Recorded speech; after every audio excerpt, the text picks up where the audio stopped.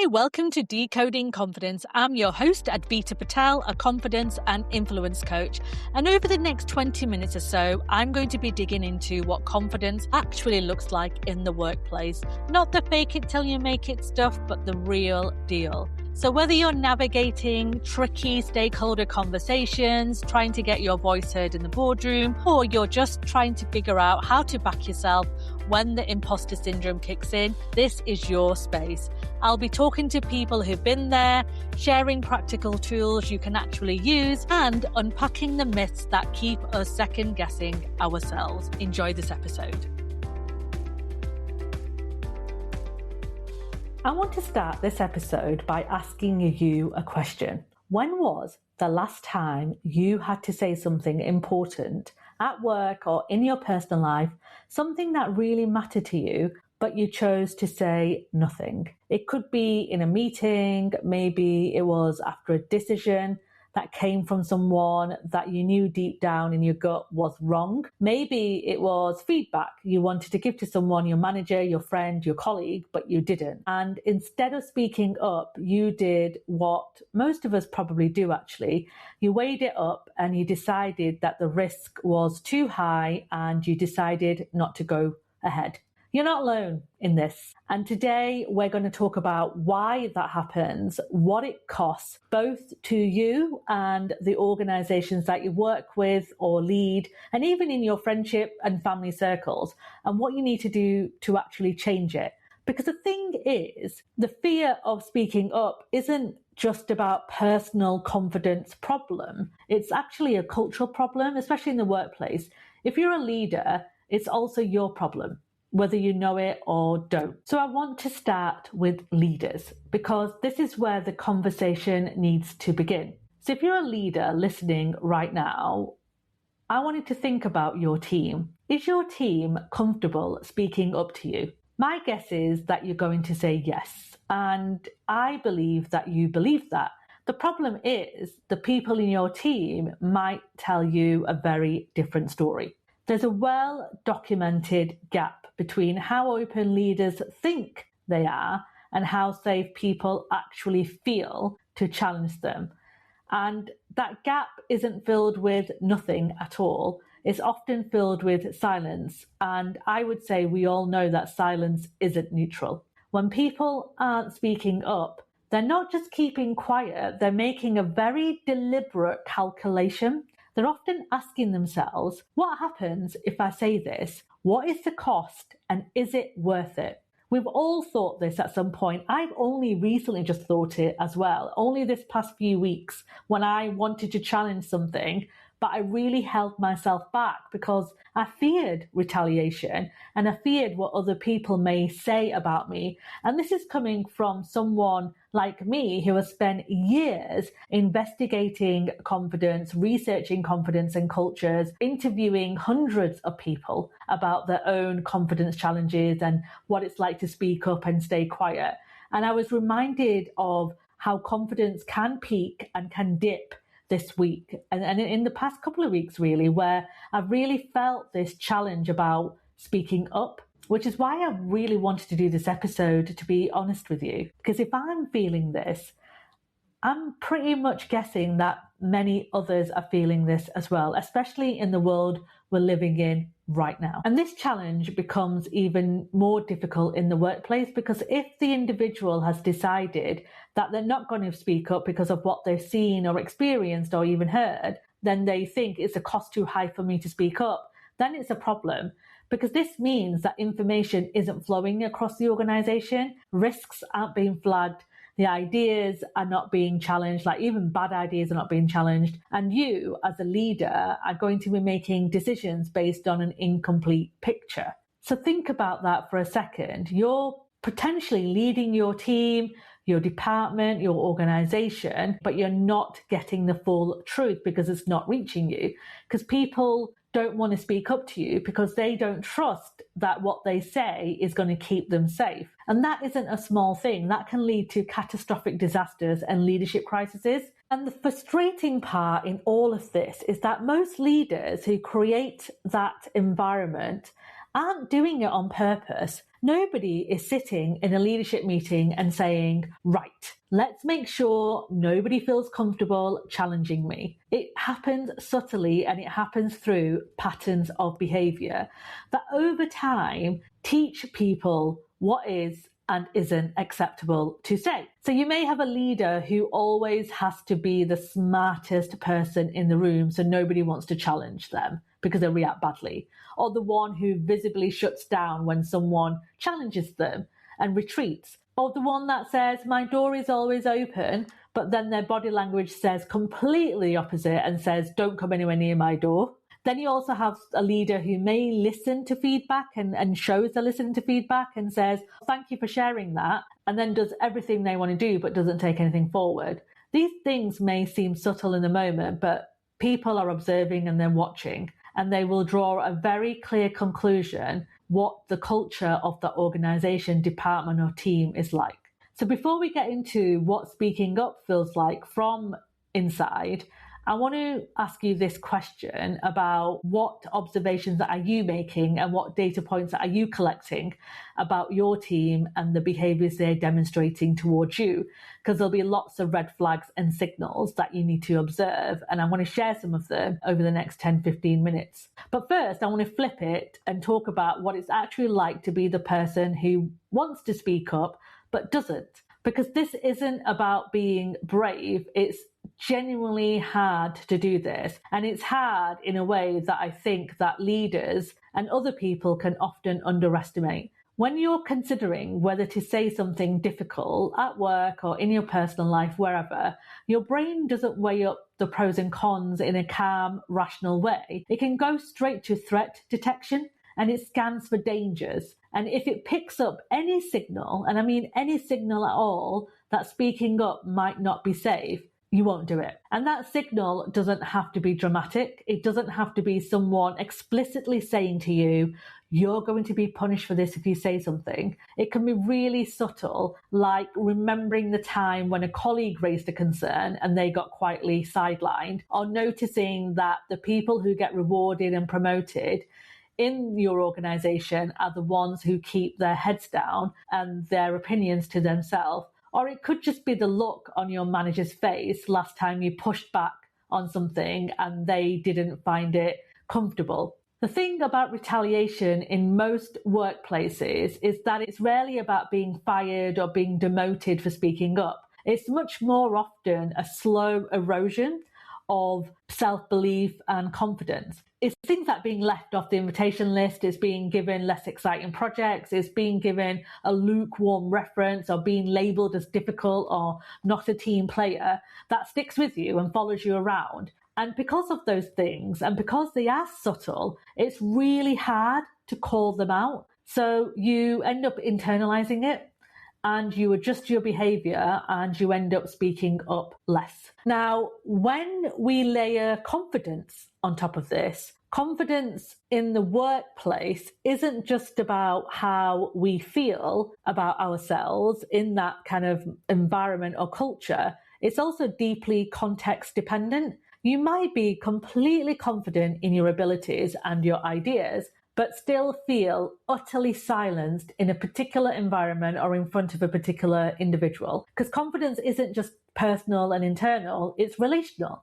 It's shaped by whether your contributions have been valued, whether or not your voice has been heard, or the environment has given you the evidence that it's worth trying and speaking up. Every time someone speaks up and the response is dismissive, or nothing changes, or there's a subtle social cost, confidence takes a hit. And it's not always a huge hit, but it accumulates. And eventually that person who used to challenge things starts to go quiet, starts to self-censor, starts to wonder whether their perspective is even worth sharing. And this is particularly important if you're a leader to really understand. The people who most likely go quiet are often the people whose perspectives you need to hear. The ones closest to the work, the ones from different backgrounds and lived experiences, and also the ones who see things that you cannot see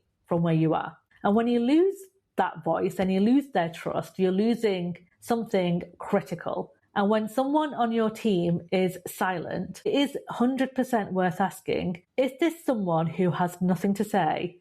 Or is this someone who has stopped believing it's worth saying? And that is the difference you need to witness and observe. The thing about cultures of silence is that they can be self-reinforcing. So once people learn that speaking up carries a risk, and once that lesson is embedded in the culture, you don't have to keep punishing people to kind of maintain that silence. The fear kind of does that work for you. And that's where the problems really start. When new people start to join and they look around the culture, they watch how things work and they see who gets rewarded and who gets overlooked. They start to notice what happens when someone challenges the status quo, and they start to adapt accordingly. So that vibrant, energetic individual that you hire to bring in innovation, different ideas, the ones who are really smart, remarkable people who can take the organization forward, start adjusting and adapting their style to fit in. And then when everyone starts behaving the same to fit into the culture, that's when something damaging can really happen. The people who were willing to speak up, the ones with courage or the confidence to speak regardless of the adversity they may face, start to leave. Because working in an environment where your voice isn't heard and doesn't matter is exhausting and it's demoralizing.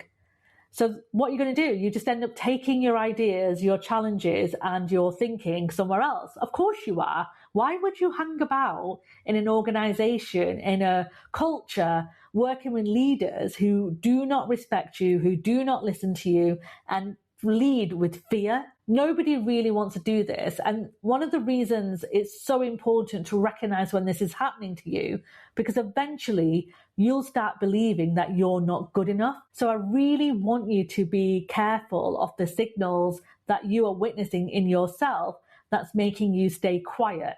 And it's work we have to do consistently. And it's work I've done recently based on what I've experienced in the last few weeks as well. And when people leave, as a leader, you're left with a team that's very good at compliance, but not best at innovation. They may be very good at telling you what you want to hear, but not great at telling you what you need to hear. And that's where it starts to hit the bottom line and it starts to impact your revenue. Poor decisions will go unchallenged, risks won't be flagged until they become a crisis, and talented people will leave, which will lead to morale eroding and disengagement happening. And leaders at the top find out when it's much too late because no one's telling them generally, or they haven't listened properly. There is a phrase that you would have come across in leadership circles: don't shoot the messenger. And most leaders would say to me, well, I would never shoot the messenger. But if people have stopped coming to you and telling you what's going on, maybe it's worth asking what's happened to the last few that tried to tell you. Thought about, oh my goodness, am I creating this space where people can speak up? This is for both leaders who want to create a safer culture, and if you as an individual are struggling navigating fear right now. So for leaders, I'm going to be quite direct with you. You cannot talk your way into psychological safety. You cannot put value, honesty, and transparency on the walls or in your values document and say, this is what the culture is. Culture is not what you say, it's what you do consistently over time, especially in moments that are uncomfortable. The moments that matter the most are the ones when someone does challenge you, and when someone does bring you bad news, and when someone does say, I think you've got this wrong. It's what you do in that moment that matters the most. Do you genuinely engage with it? Do you thank them and mean it?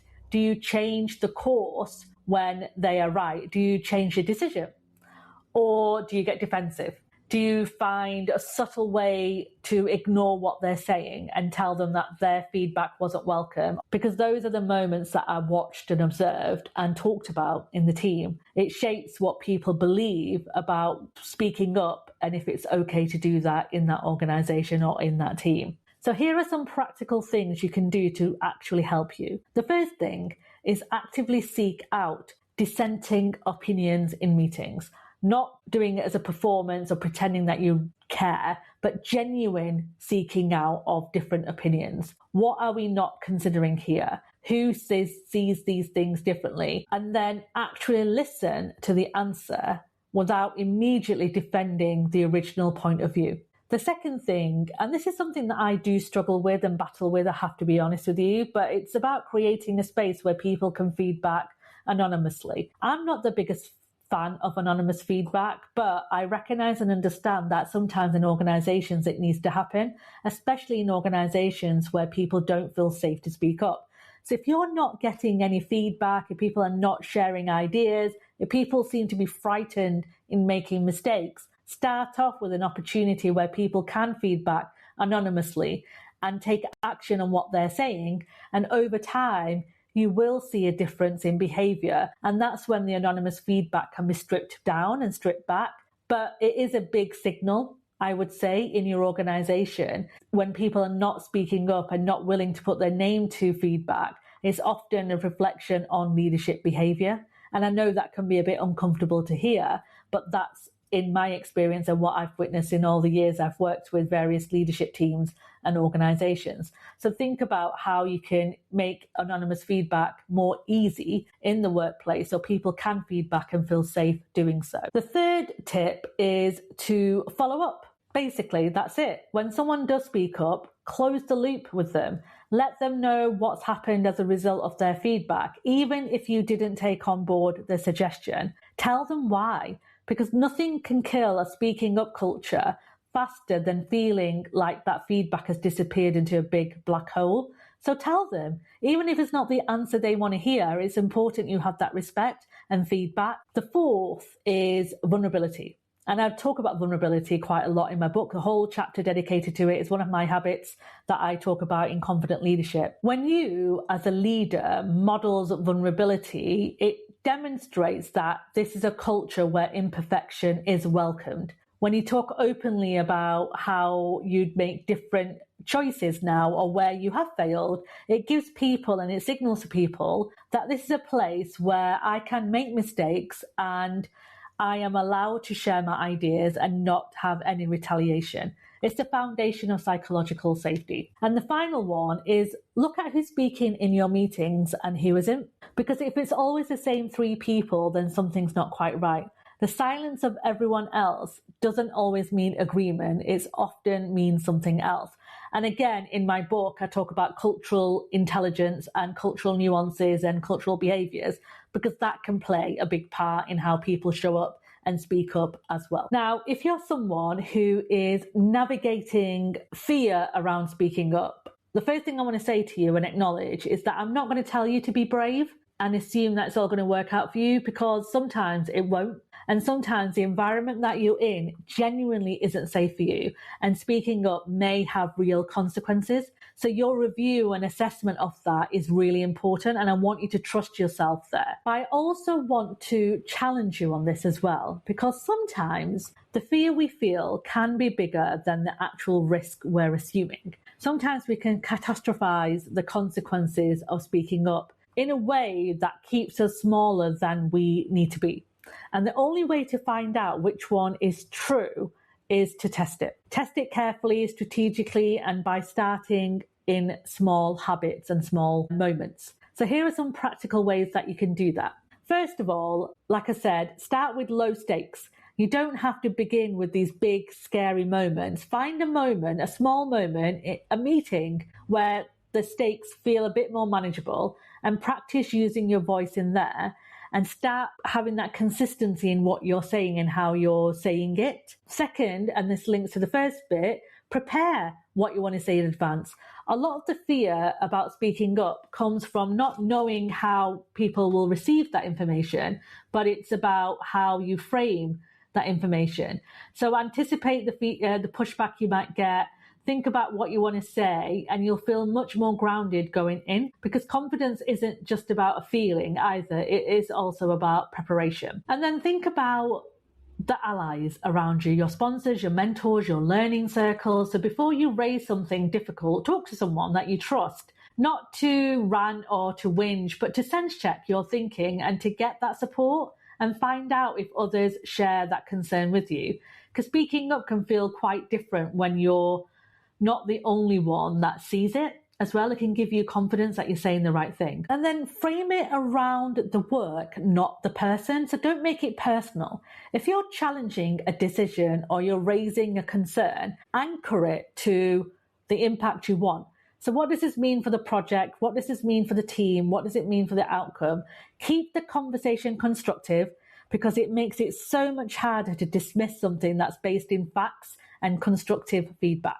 And then finally, and maybe one of the most important tips I'm going to share with you, is to document things, especially if you're working in an environment where it doesn't feel safe and you're genuinely worried about retaliation. So keep a record, dates, what was said, what happened next, and not because you're kind of planning this big war against them or anything like that, but because having a record can give you clarity, and clarity can help you build and keep your confidence sustainable. So find your allies, build your credibility, choose your moments, and notice what happens when you do that. Because sometimes the cost of speaking up is much lower than you feared, and the cost of staying silent can impact yourself, your confidence, and your career. That can be much higher than you realize. So this is what I want to end the episode on, because I've shared a lot with you in the last 15-20 minutes. So to summarize, if you're a leader, your job this week is to get honest with yourself. It's not about whether your door is open or not, but it's about what happens when someone chooses to walk through it.